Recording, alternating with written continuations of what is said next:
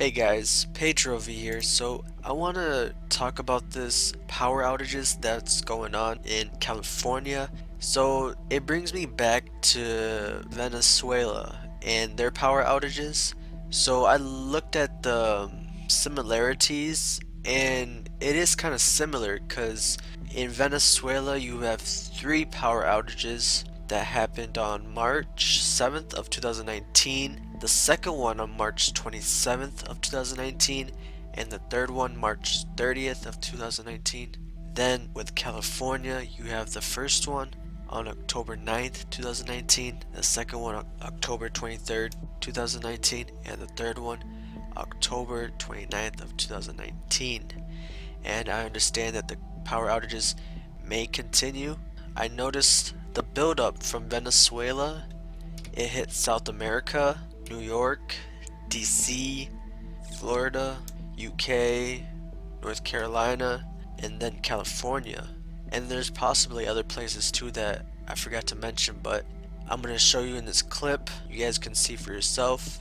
Breaking right now, our top story, a massive power outage plunging into Venezuela into darkness. Blackouts all over the country. They become completely routine, I should say, in this country, but this one is different. This one is different because it is a complete breakdown of the electrical grid power system, and it's impacting nearly all of the country's 23 states. The consequences, more than 24 hours into this, are already severe. We have learned tonight that the country's main morgue in Caracas is totally full and can no longer take bodies.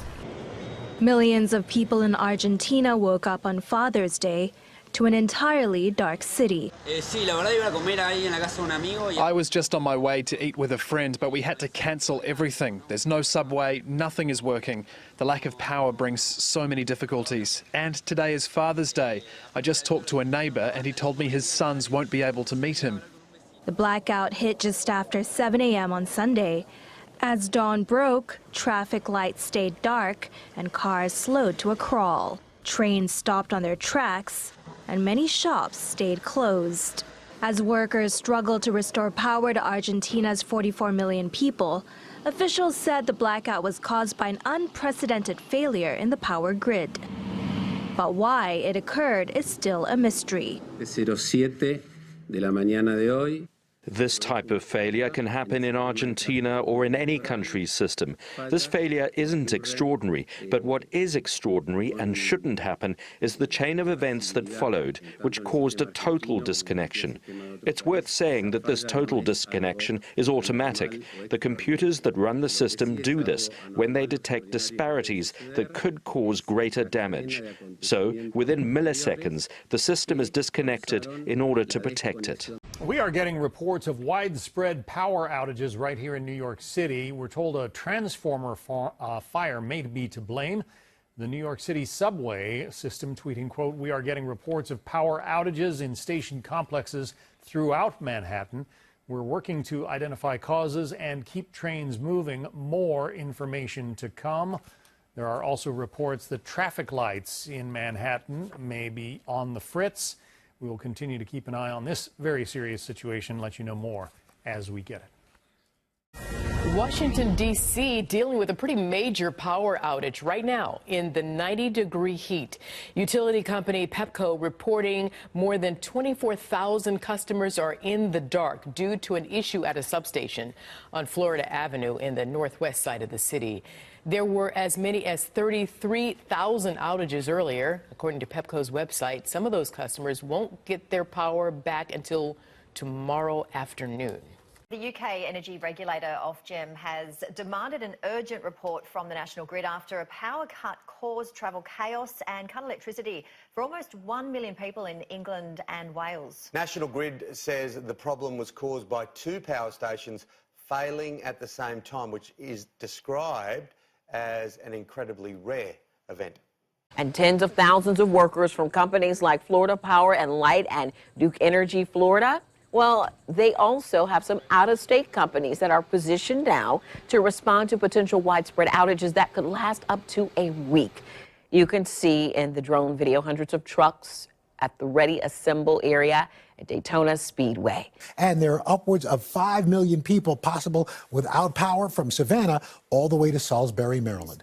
In the largest public safety outage in that state's history, PG&E started shutting off the power last night in more than half of California's 58 counties because of what the company calls an unprecedented wildfire danger. PG&E power shutdown just as some people were getting their power back. Another round of shutdowns took effect last night. North Bay residents were facing another round of shutoffs on Tuesday, fear this will be their new normal. This is third world conditions. Other countries have figured out how to put the electrical under the ground so they don't have this issue. They can turn your lights out unexpectedly. Lights go out, and let's go ahead and show you what we can expect. That's right. That's what happens when lights go out. So somehow you might find yourself with an alternative way of lighting yourself. So when you find yourself in the dark like this, do you know what to do? But right now we have concluded, and we've been working closely in conjunction with insurance companies and with also our Department of Water and Power, that this fire started when a tree branch fell on power lines, causing them to spark and begin this fire. Investigators have found the fire was an accident. How was it caused? It was caused by a tree branch breaking and falling onto power lines. So we dig deeper into this headline. We know 12 homes have now been destroyed. PG&E says their only option here has been to turn off this power, but now the state is investigating the utility's strategy and the threat it poses to the people caught in the middle of it. California's largest utility, PG&E, now says 2 fires that broke out Sunday less than 20 miles northeast of San Francisco in Lafayette, including one that destroyed this tennis club, may have been caused by its own electrical malfunctions.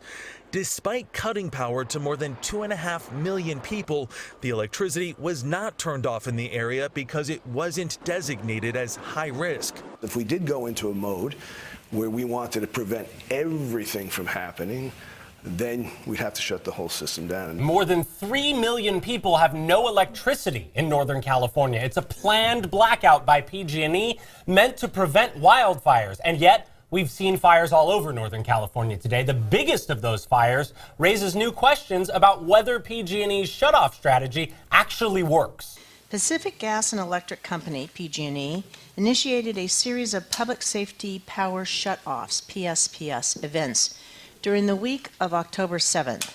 These PSPS events affected up to 700,000 accounts that serve approximately 2 million California residents. Not only did this event have an unprecedented scale, but it turns out that the company's implementation of the PSPS protocol was flawed.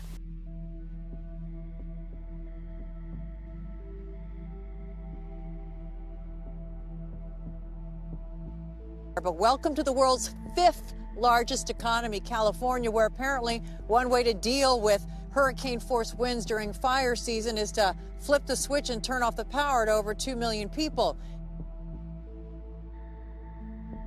That means that the pressure in the millibars here when it comes to these two pushing up against each other is slightly less. We're talking as much as 5 to 6 millibars less in pressure, but that can have an effect on where this is all targeting. So let's talk about where it's targeting. We're looking at the valley areas, the foothills, the Sierra. We're still looking at the coastal range of seeing strong winds, but really the strongest of the winds are really going to be shifted further east as well toward the foothills and the Sierra.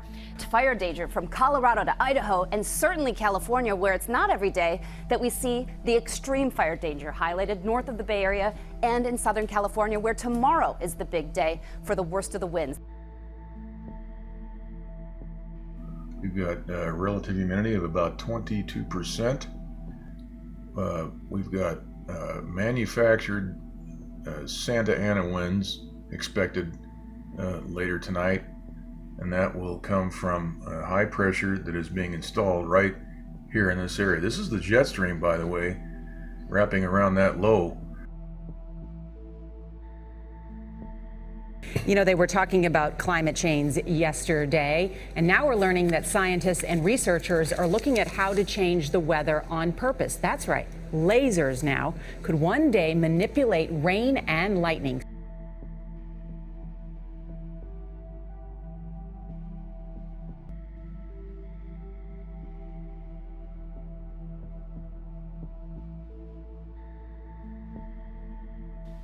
The elite have the technology to destroy the country from within, causing these fires, these storms, to exterminate these areas, to repopulate, even potentially killing people in the process of their plan to usher in FEMA, martial law troops patrolling the streets, gun confiscations, etc.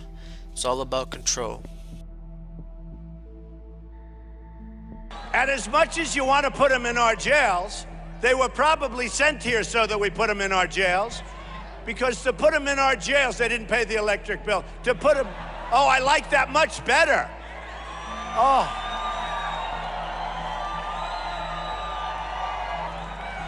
No, get those lights off. Off. Turn them off. They're too bright. Turn them off. Turn them off. Let's go. Ready? Turn off the lights. Turn off the lights. Turn off the lights. Turn them off.